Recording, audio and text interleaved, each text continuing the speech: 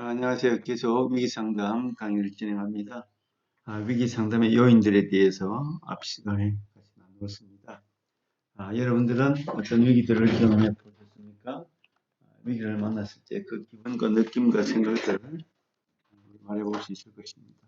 우리 사이버 캠퍼스 동영상 강의를 듣고 난 이후에 학습 활동에 있는 토론 과제, 토론에 대해서 여러 가지 자기 의견을 꼭 남겨주시기 바랍니다. 시간이 50분, 1시간 50분 시간인데 강의가 20분 내지 25분 정도 동영상 시장이 있기 때문에 나머지 시간을 우리 활용하라고 지시를 받았습니다. 그래서 토론방에서 자기 의견을 다양하게 개진하면 그것이 나머지 시간과 합산이 된다고 합니다. 여러분 꼭 참여해 주시길 바랍니다. 자기 의견을 꼭 남겨주시길 바랍니다. 위기를 만났을 때 위기 상담의 여러 가지 요인들, 또 영향들, 또 여러 가지 느낌들이 있는데 우리 앞 시간에 위기 상담의 목적, 위기 발달 과정, 위기에 영향을 주는 내담자의 자원들, 그리고 위기에 약한 성격적 특성들에 대해서 살펴보고, 위기를 일으키는 요인들에 대해서도 살펴보고, 이번엔 이제 5번 위기를 일으키는 요인들에 대해서 얘기 나눌 차례이군요. 위기를 일으키는 삶의 요인들이 있습니다. 그 위협을 느끼는 어떤 사건이 우리 인생에 나타나고 다가오는 거죠. 위협을 느끼는 사건들이 예를 들어서 우리 가정의 아버지가 사업의 부도를 만났다. 사업의 부도를 만나는 것은 굉장한 위기가 아닐 수가 없습니다. 위기를 만남으로 인해서 우리 삶 속에 아주 심각한 문제를 만듭니다. 우리 가정 전체가 흔들리게 되는 거죠. 또 어머니가 갑자기 입원을 했다. 한 가정의 가족이 입원을 하게 되면 가족 전체가 흔들리게 되어 있습니다. 병원에 가 있어야 되고 간호해야 되고 가정에 돌볼 사람이 없고 그것도 작은 위기, 그거 작은 위기가 될 수 있고 예를 들어서 사춘기 동생이 가출을 했다. 이것도 가정의 큰 위협이요 위기가 될 수 있습니다. 이처럼 위기를 일으키는 요인들 가운데 우리 삶의 위협을 만드는 사건이 일어나게 된다는 것입니다. 해잘도스 이벤트, 연약한 상태, 위기를 만드는 요인 가운데 하나는 나의 상태가, 나의 건강이 어떤 문제가 있을 때, 어려울 때, 힘들 때 그럴 가능성이 있습니다. 그야말로 연약한 상태가 언제입니까? 여러분은 어떤 때 연약합니까? 스트레스가 과도하게 많을 때, 스트레스가 아주 많을 때 우리는 연약한 상태가 됩니다. 아주 예민해지죠. 사람이 아주 극도로 피곤할 때, 그럴 때도 연약한 상태죠. 또 인간관계, 친구관계 이런 것들이 대단히 힘들고 어려울 때, 이럴 때도 연약한 상태입니다. 또 삶에 책임이 많고 과도하게 과제가 많을 때, 이럴 때도 연약한 상태이고, 내 몸이 말을 듣지 않고 많이 먹고 지나치게 비만한다든지 그렇게 될 때도 나의 정신, 마음 상태가 연약해질 수 있습니다. 사람은 연약할 때, 마음을 방심하고 놓을 때 이런 위기를 쉽게 만날 수도 있다는 거죠.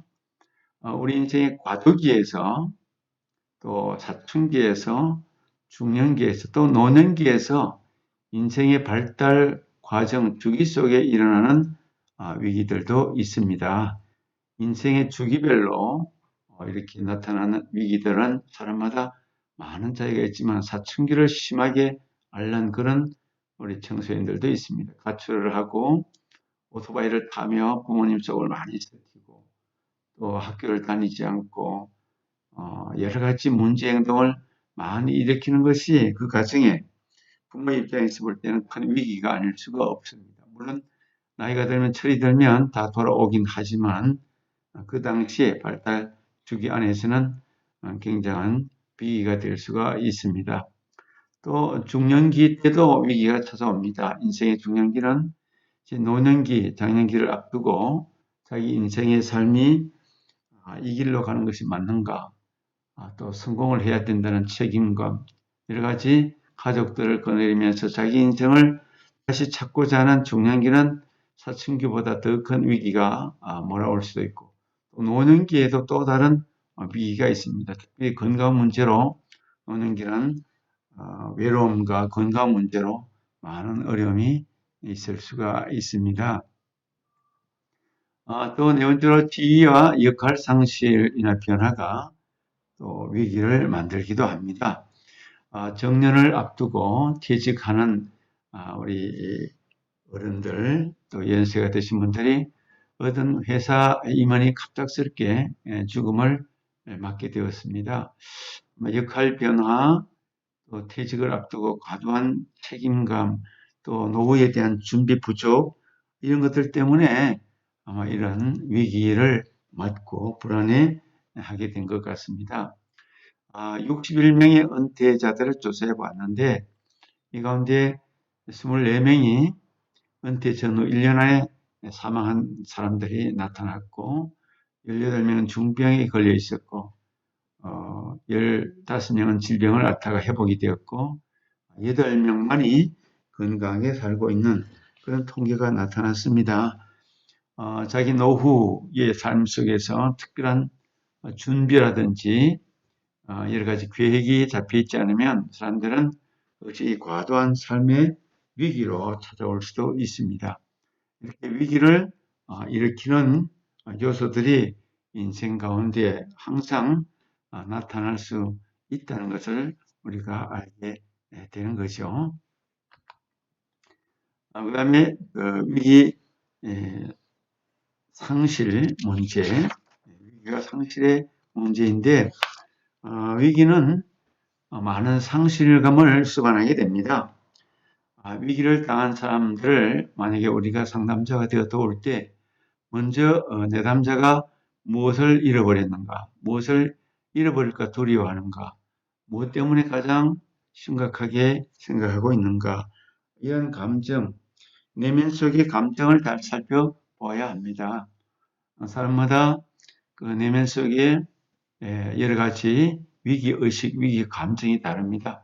어떤 사람은 자존감이 많이 상하기 때문에 위기를 만나면 창피하다, 남에게 나타나지 못한다 하기 때문에 그걸 굉장히 크게 받아들이는 사람도 있고, 또 어떤 사람은 또 다른 자기의 실패 정체성이 자기 인생을 끊임없이 반복적으로 실패를 만들까, 또 다른 실패가 또 다른 실패를 낳지 않을까 하는 그런 실패의 정체성과 상실감이 사람의 마음속에 찾아올 수도 있습니다. 위기로 야기시키는 신체적, 정신적 증상들이 많이 나타납니다. 위기를 만나면 우리 청년들은 아직 큰 위기들을 겪지 않을 수도 있습니다만, 예를 들어서 아주 좋아하고 사랑했던 이성이 절교하고 내 곁을 떠나버리면 그것도 그 사람에게는 큰 위기가 될 수가 있습니다. 얼마만큼 좋아하고 얼마만큼 중요한 존재였나에 따라서 다르겠지만 그 상실감이 굉장히 클 수도 있겠죠. 여러 날 동안 방황하고 좌절하고 절망감 속에 빠져 있을 수도 있고, 또 불면증이 찾아올 수도 있습니다. 불면증은 여러 가지 원인으로 찾아오지만 이런 위기와 문제가 있을 때 대체적으로 사람들은 잠을 잘 자지 못합니다. 여러 가지 고통의 시간을 많이 보내게 되죠. 식욕 부진도 나타납니다. 밥맛이 떨어지고 음식을 잘 취하지 못하는 일들도 충분히 나타날 수 있습니다. 또 사람마다 다르지만 두통이 심한 분들도 있고, 또 대체적으로 우울증이 많이 나타난다고 볼 수 있습니다. 의미가 상실되고 또 마음속의 성취감, 즐거움, 기쁨이 사라져버리면 우울증이 찾아옵니다. 우울증은 대처감을 만들고 무의식, 무의미, 무가치감, 이런 다양한 삶의 의욕을 뺏어가 버리는 그런 감정으로 우울증이 찾아오게 됩니다. 또 불안도 많이 찾아오죠. 장래가 불투명하니까 장래에 대해서 불안감이 많이 찾아오게 되어 있습니다. 뿐만 아니라 절망감도 오죠. 아무것도 할 수 없는 그 절망감이 찾아오고 혼란도 나타날 수가 있습니다. 무엇을 해야 할 것인지 결정을 하지 못하고 그야말로 계속해서 고통 속에 방황하게 되는 이 절망감이 나타날 수가 있습니다. 위기는 이렇게 부정적인 감정, 부정적인 여러 가지 마이너스 요인들이, 영향들이 많이 나타나서 그 사람을 혼란스럽게 만들고 절망과 좌절에 빠뜨리게 만드는 것이 위기와 상실의 문제일 수가 있습니다.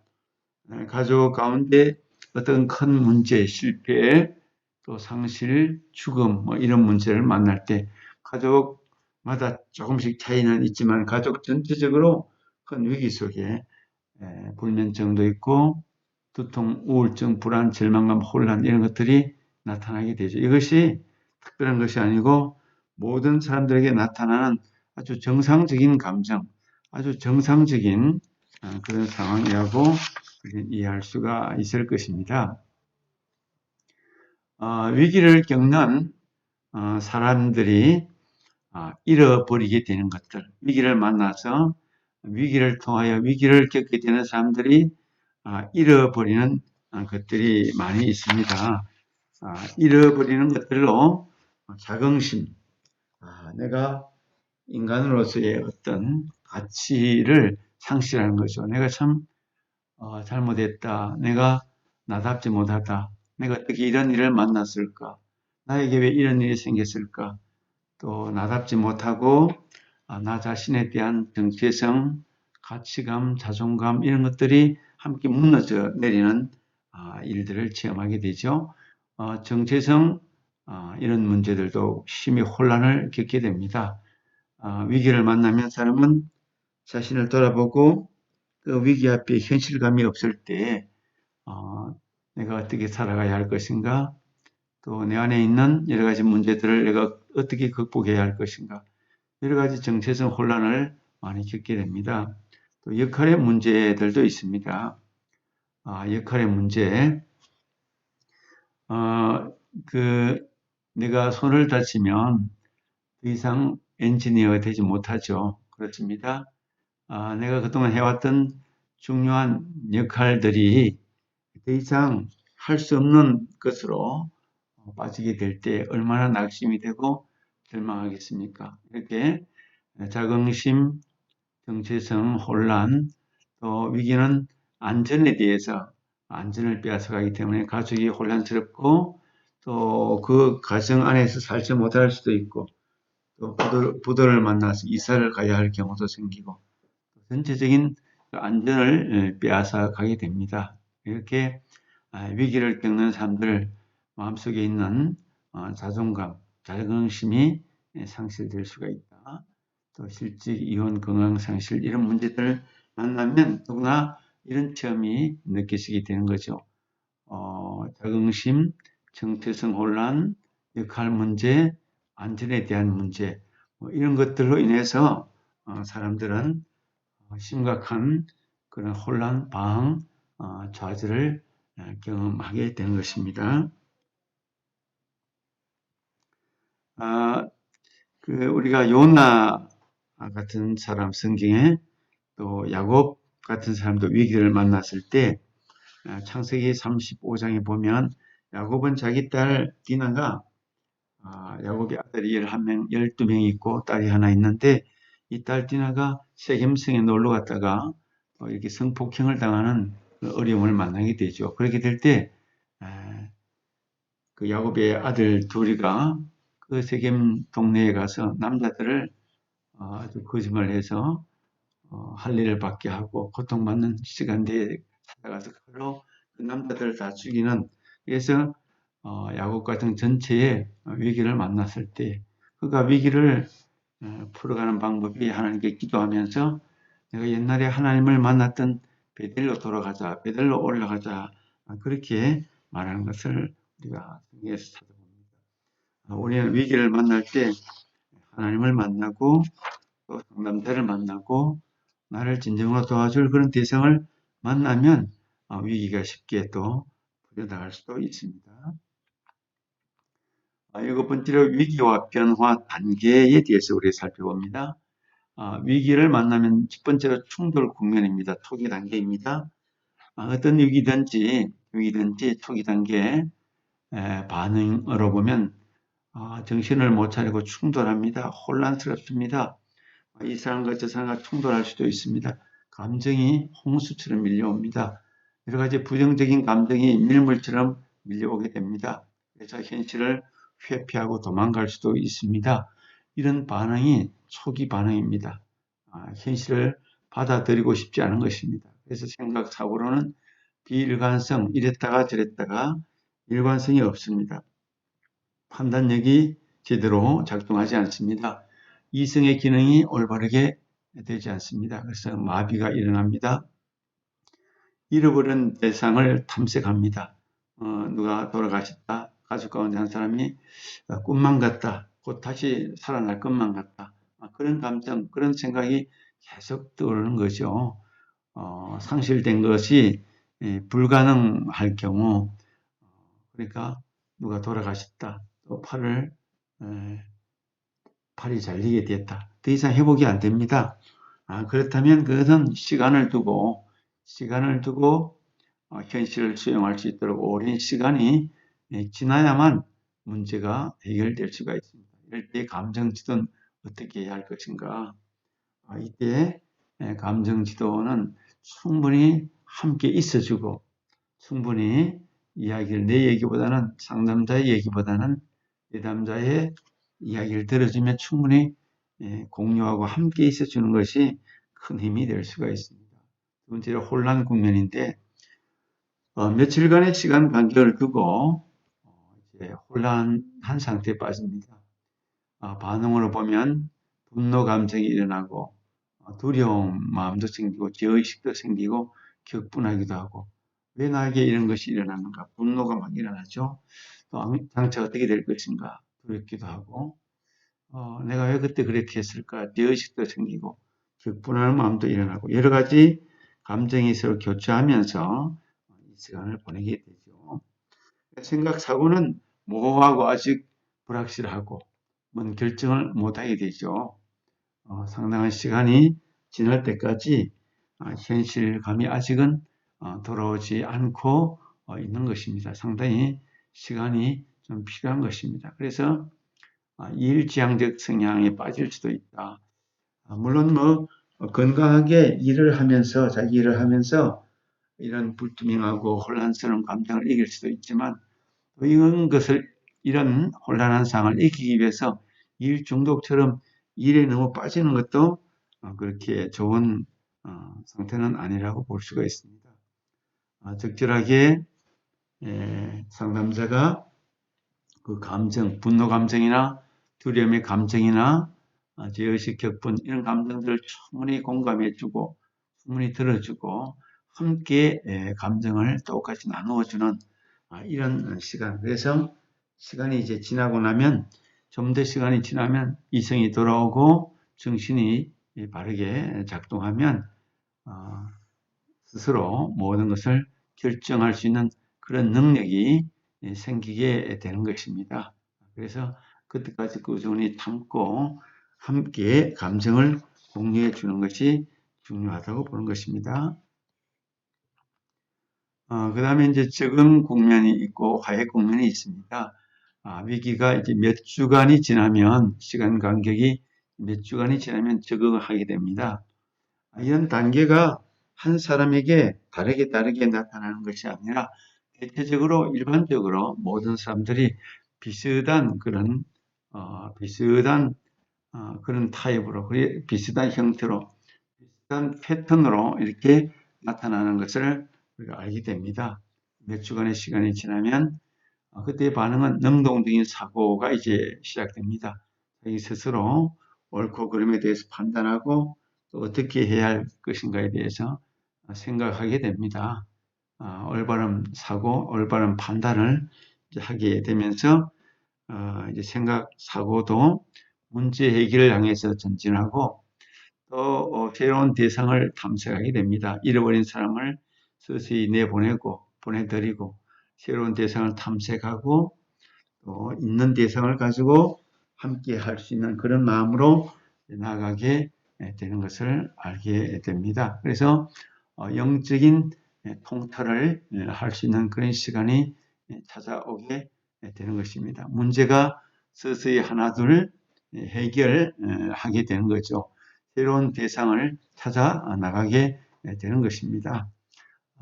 몇 주간의 시간, 위기의 크기에 따라 조금씩 차이는 있겠지만 대체적으로 웬만한 위기들도 몇 주간의 시간이 지나면 사람이 현실감으로 돌아오고 사고가 능동적으로 스스로 판단하고 해결할 수 있는 그런 시간이 찾아오게 되는 것입니다.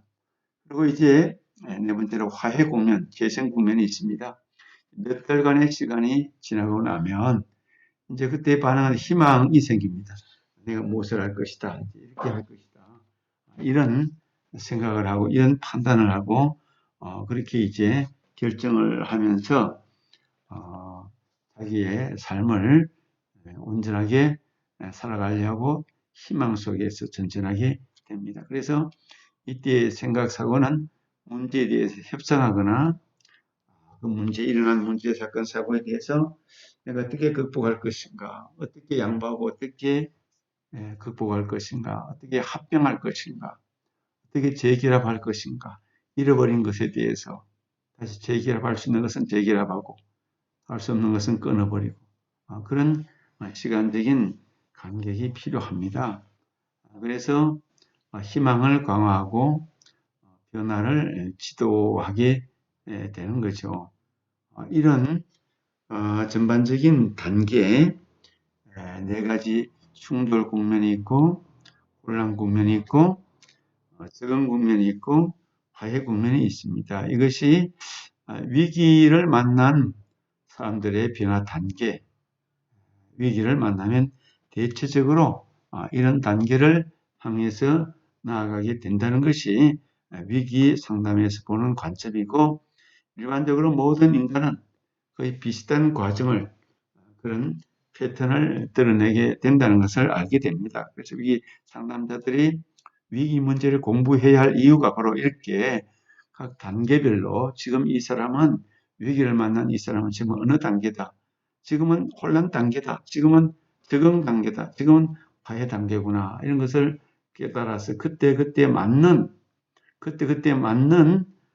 위기 접근 방법, 위기 상담 방법으로 도와준다면 훨씬 더 효과적인 도움이 될 수 있다고 보는 것입니다. 이런 차원에서 우리가 이번 공부를 통해서 더욱더 위기 문제에 대해서 전문가가 되고 위기 문제에 대해서 다양하게 접근하면서 위기 상담자로서의 자질, 위기 상담자로서의 능력을 더욱더 강화하고 교육하고 발전시켜 나가는 그런 이번 학기 시간이 되었으면 좋겠습니다. 이렇게 두 번째 시간을 우리가 맞이했고요. 계속해서 이제 세 번째 타로 이렇게 넘어가게 됩니다. 이렇게 한 시간씩 하는 것이 아니라 동영상 강의를 15분에서 25분 정도 하면 나머지 시간은 여러분들이 위기 문제에 대한 토의에 참여하고 자기 생각을 토론방에, 토론과제방에 올려주시면 그것이 이제 1시간 강의한 걸로 교육부에서는 그렇게 지침이 와 있습니다. 여러분들 또 교재도 많이 읽어보시고 여러 가지 자료들도 찾아보면서 코로나 사태가 빨리 끝나고 함께 만나서 더 유익하고 재미있는 시간으로 만들어갈 수 있는 그런 날을 속히 소망하면서 오늘 두 번째 시간을 여기서 마치도록 하겠습니다. 수고하셨습니다.